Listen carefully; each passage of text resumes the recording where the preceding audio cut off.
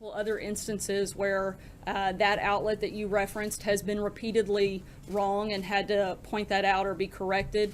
There's a video circulating now, whether it's accurate or not, I don't know, but I would encourage everybody in this room and frankly everybody across the country to take a look at it. I think if it is accurate, I think it's a disgrace to all of media, to all of journalism. I think that we have gone to a place where if the media can't be trusted to report the news, then that's a dangerous place for America. And I think if that is the place that certain outlets are going, particularly for the purpose of spiking ratings, and if that's coming directly from the top, I think that's even more scary and certainly more disgraceful.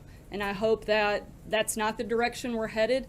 I hope that outlets that have continued to use either unnamed sources, sometimes stories with no sources at all. We've been going on this Russia-Trump hoax for the better part of a year now with no evidence of anything.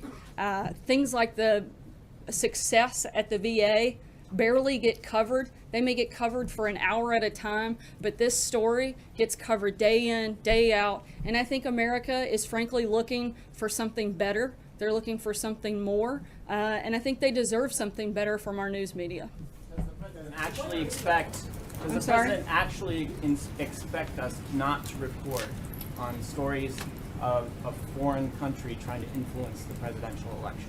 I don't think it's that it's expected that you're not to report on, again, actual news if there's something there. But again, I think that there are a lot of things happening in this world that frankly a lot of people would like to hear about, whether it's job growth, whether it's deregulation, whether it's tax reform, health care. I think a lot of those things deserve a lot more coverage than they get. And all we're saying is, you know, I think that we should take a really good look at what we are focused on, what we are covering, and making sure that it's actually accurate and it's honest. If we make the slightest mistake, the slightest word is off, it is just an absolute tirade from a lot of people in this room.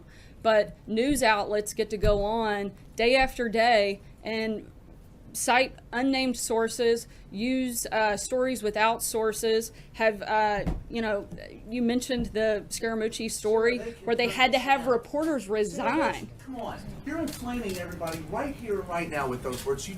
This administration has done that as well. Why in the name of heavens?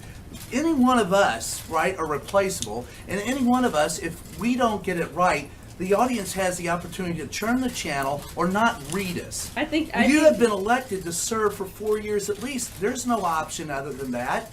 We're here to ask you questions. Right. You're here to provide the answers. And what you just did is inflammatory to people all over the country who look at it and say, see, once again, the president is right and everybody else out here is fake media. And everybody in this room is only trying to do their job.